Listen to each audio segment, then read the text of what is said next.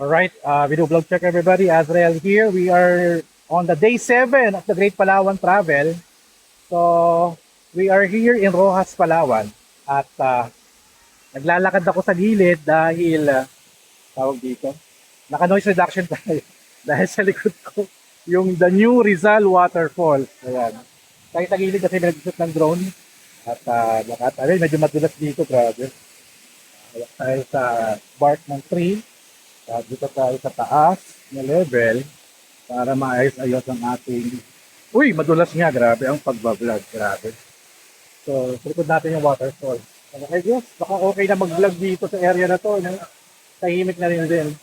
So, after namin mag-check out sa San Vicente, Palawan, sa Club Agutaya, pumunta na kami dito sa Rojas, Palawan para ma-feature namin tong The New Rizal Waterfalls. Ang galing, no? Kasi konektado sa kalsada, kahit nasasakyan ka, daan ka lang dyan, wala nang hiking, parang pababa lang ng konti, may mga bato-bato. So, this is the waterfall, napakaganda. Medyo swell siya kasi umuulan. Kaya medyo malakas, very strong yung waterfall siya. Wala ko nakitang entrance fee, no? So, I guess it's free for everybody to visit here, to swim, magtampis. Ako gusto ko magtampis.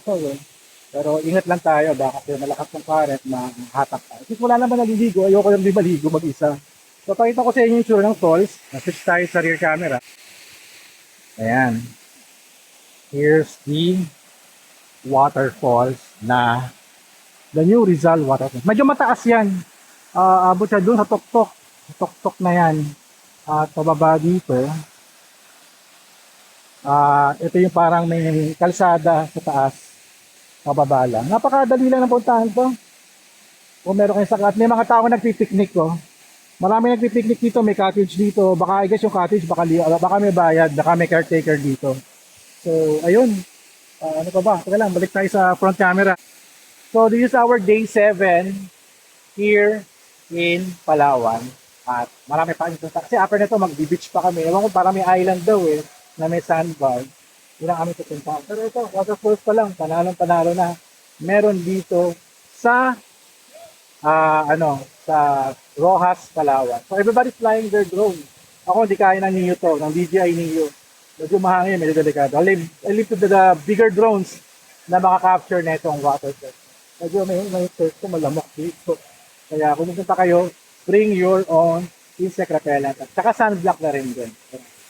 Alright, so ayun, pag pumunta kayo dito, alagaan nyo yung waterfall, huwag kayo magkakalat, huwag kayo magbabandalism sa mga bato, dali nyo yung mga kalat nyo and observe yung behavior, huwag mag-aaway.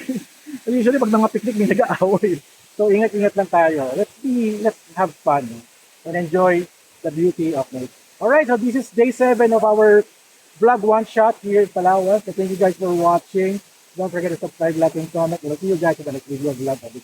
Vlog tayo sa isa. Baka ganun na gawin ko. Vlog tayo per site kasi maganda. Sayang. Hindi makakita.